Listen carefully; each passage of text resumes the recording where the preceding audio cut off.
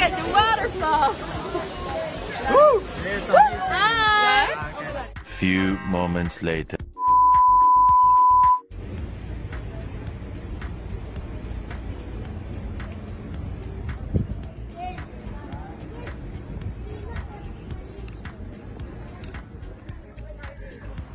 Hey guys, ito po yung mga ibex. Masalubong na sa amin. Ayan, papunta na din sila dyan sa falls. At baka nauuhaw ng mga yan. Kaya tara na doon guys. Pasyal tayo doon, tingnan po natin ang napakagandang falls niya. Hello guys, punta tayo ngayon dyan sa NGD, kung saan yung falls ni King David. Kita po natin dito yung falls ni King David noong nagtatago siya, tinatakbuhan niya si King Saul. At dito siya nagtago kasama yung niyang mga soldier. Kaya dito guys, papasyalan natin kung gaano kaganda yung stream o yung falls dito sa NGD. Okay guys, stay tuned at diretso tayo doon sa napakagandang falls dito sa NGD. Guys, napakaganda na po dito sa NGD. Kung makikita po dito ay ginawa na po nilang nature preserve. At ang dami po nilang mga iba't ibang klaseng mga plants at saka mga bushes dito. Isang tawag nila noon dito sa NGD ay the spring of the young goat. Makita po natin dyan kanina sa daan mga kapatid, ang dami pong mga ibex, mga wild goats. At dito matatagpuan po natin dito sa mga yungib, dyan sa mga bundok, andito silang naglalaro itong mga ibex. Kaya tinawag po itong lugar na ito na the spring of the young goat. Ang NGD guys ay allotted po ito sa tribe ng Judah. At ito po ay ating mababasa doon sa, sabi po doon sa Genesis 14 ay ang NGD ay part po ng tribe ni Judah.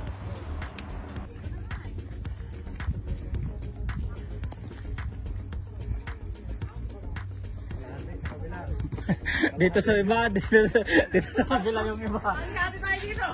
Taas, baba. Baba. Hindi na daw pupunta sa taas.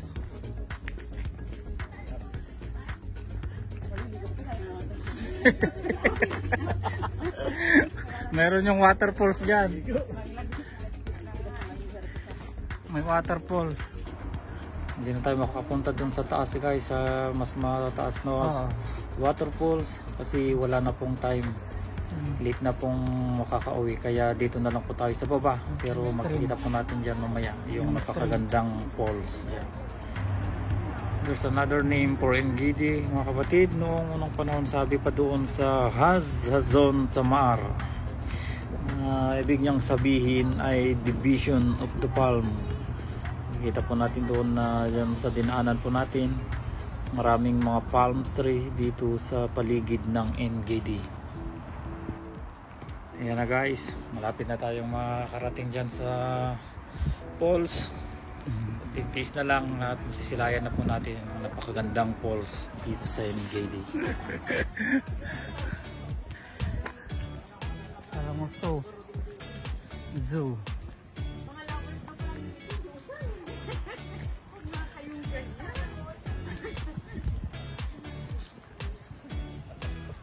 Maganda na yun.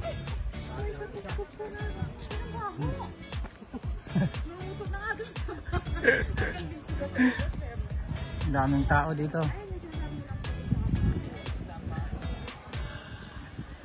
Daming tao dito ngayon sa NGD. Napakagandang falls. Ito masisilayan dito sa NGD.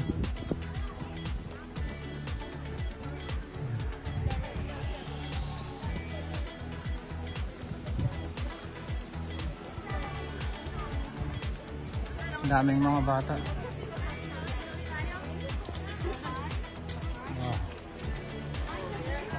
So, makita natin guys.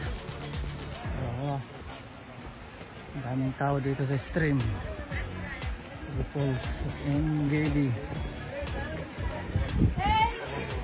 Pagandang falls.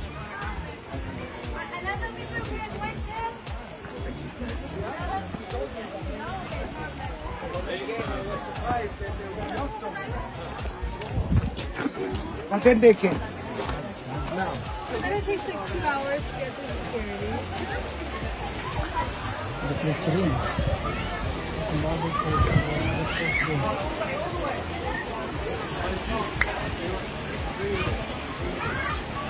Hey guys!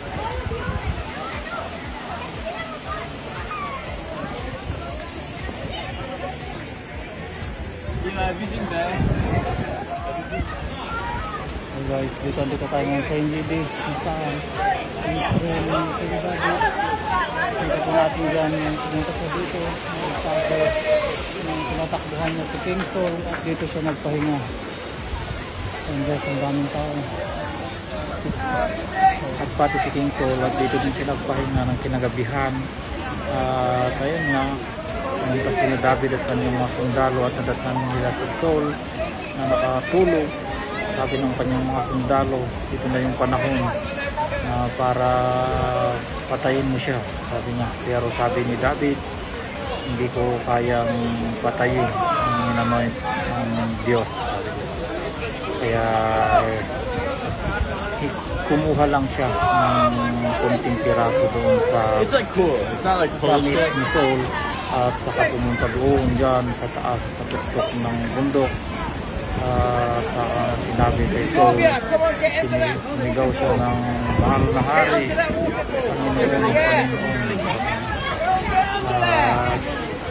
Nagsisi din siya kung bakit niya ginawa ni David na tabasin yung damit ni Haring Saul.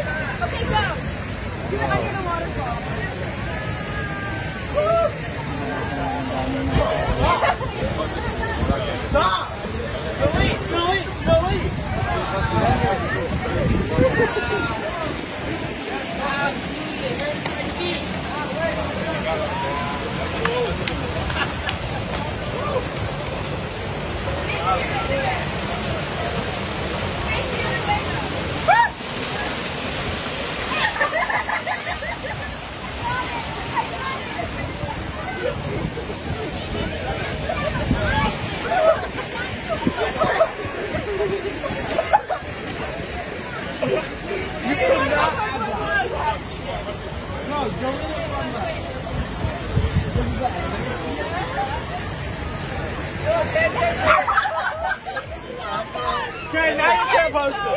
You can't post it.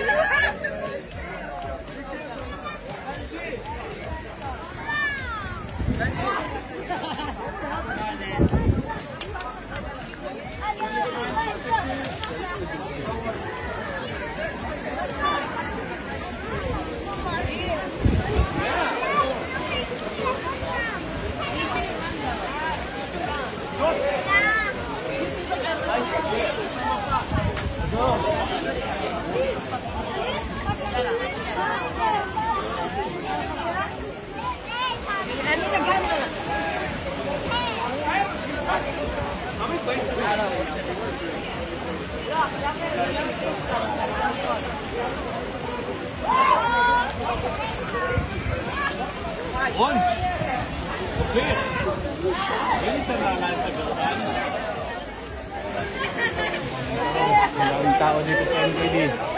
Ayan, nag-enjoy yung mga bata. May trip ng mga bata dito sa NGD.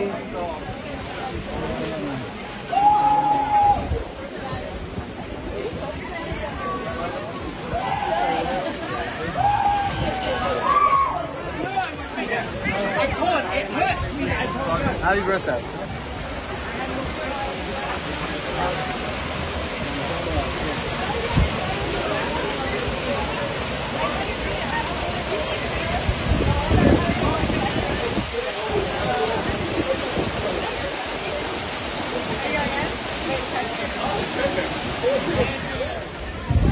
No, get in with the waterfall. No, we need to send it to our parents. The waterfall. I'm in the waterfall with them. Very cold. Falls.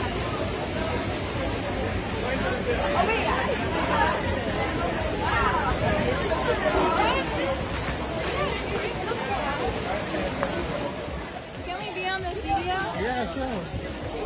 Hi! We're now in Nahal David, and it's amazing. Look at the waterfall.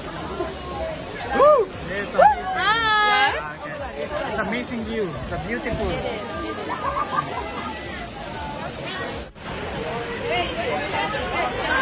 Sorry? What's your YouTube channel? El Rey Verona.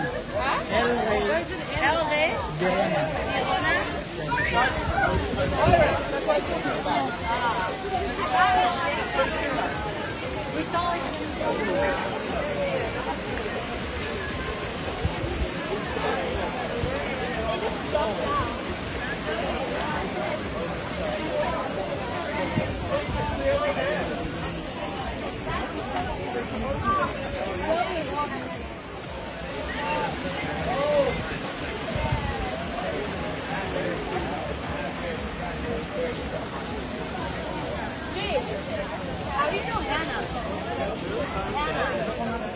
Come here to the land of promise, to the desert city of NGD. Pagkailangan ito dito natin yung napakagandang waterfalls.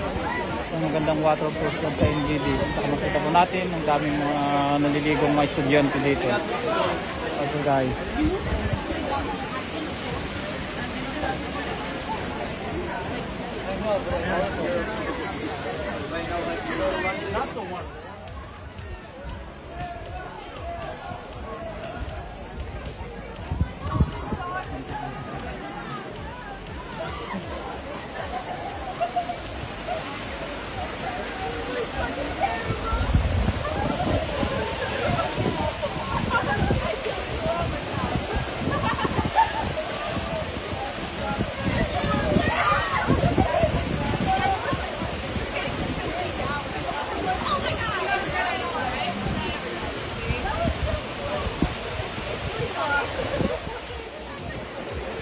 Guys, NGD. Ito napakagandang place. Train dito sa NGD. Pwede na tayo mag-enjoy.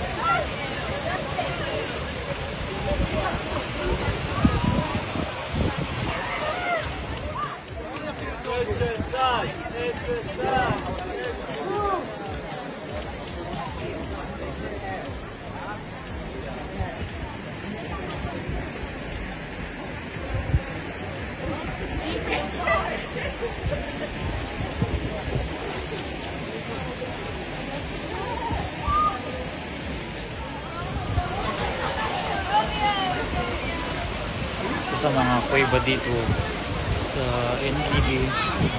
dito mga kapatid ay dito ay nasa King Saul ng isang gabi at hindi niya alam nandito din sina David na nagtatago at na yung pagkakataon na sabi ng kanilang makasama ni David para makabawi ka mapatay mo si King Saul.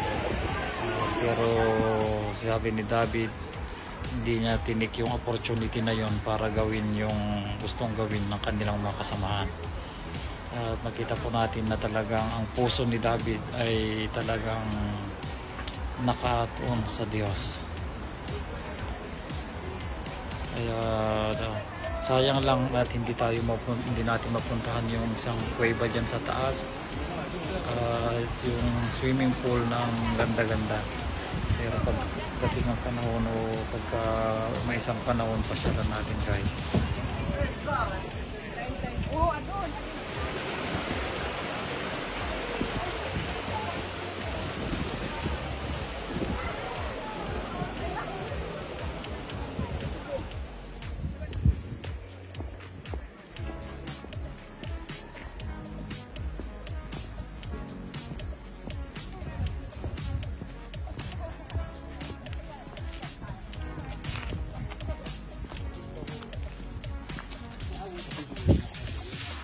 Hello. Hi, how are you? Good.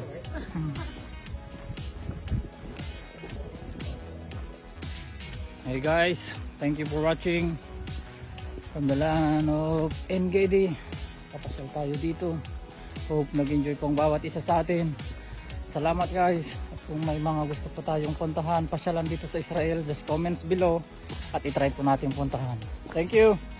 Have a good day. Keep safe everyone.